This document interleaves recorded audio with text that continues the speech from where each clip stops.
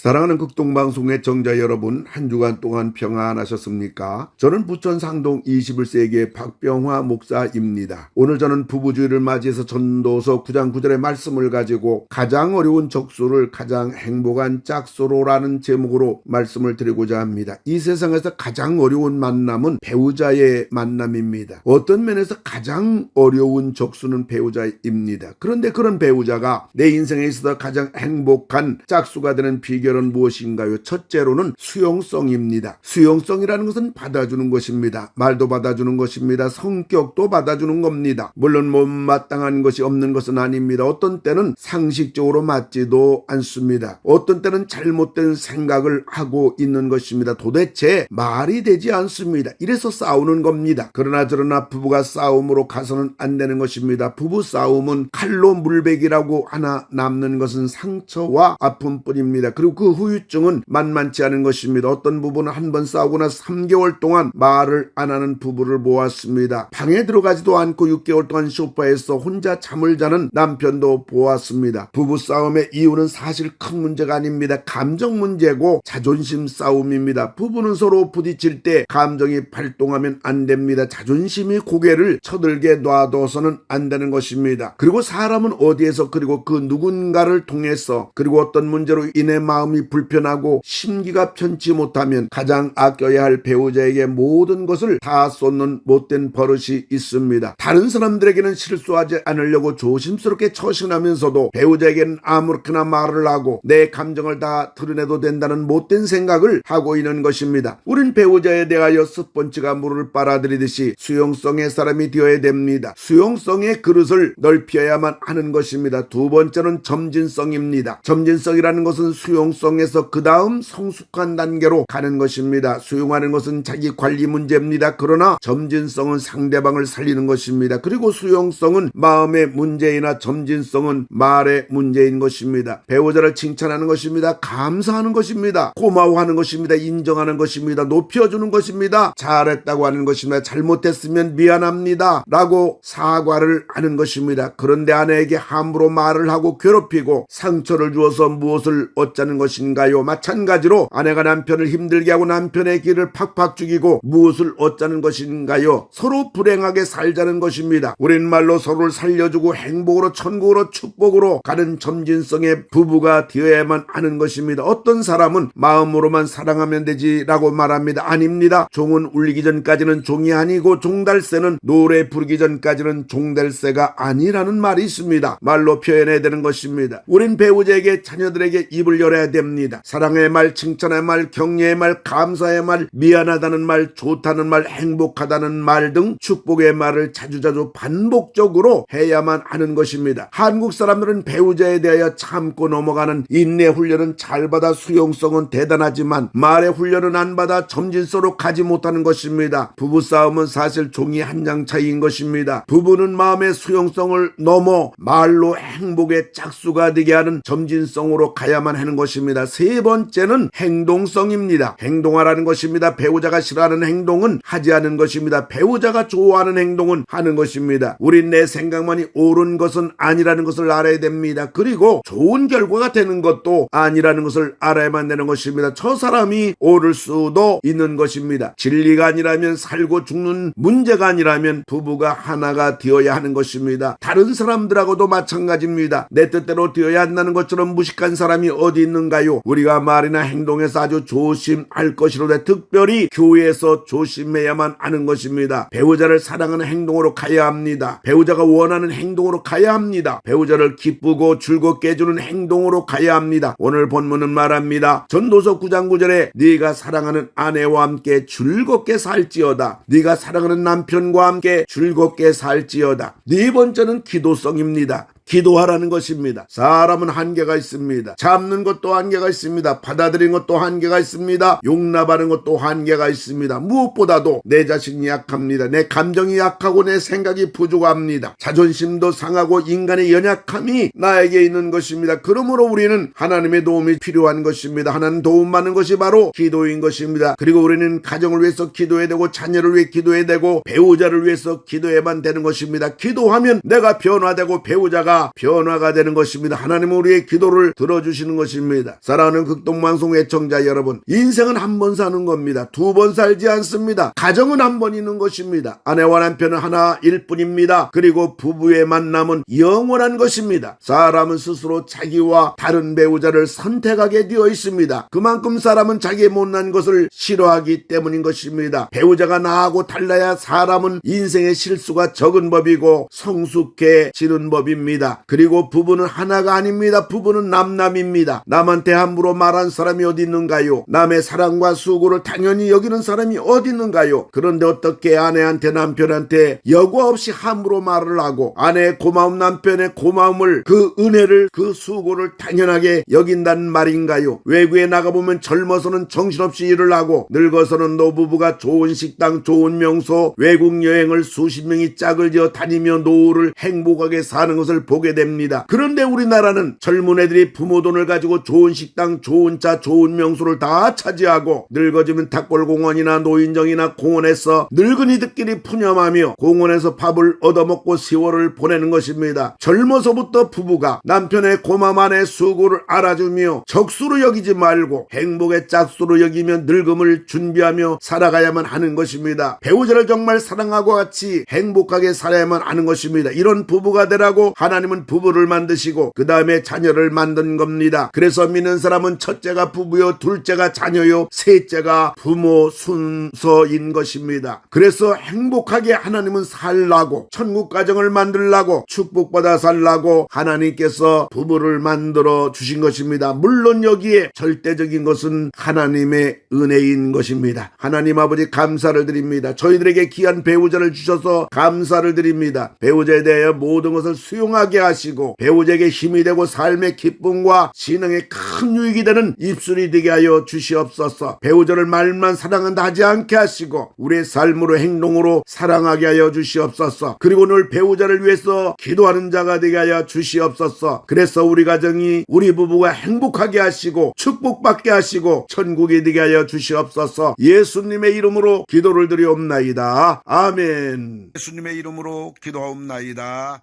아멘.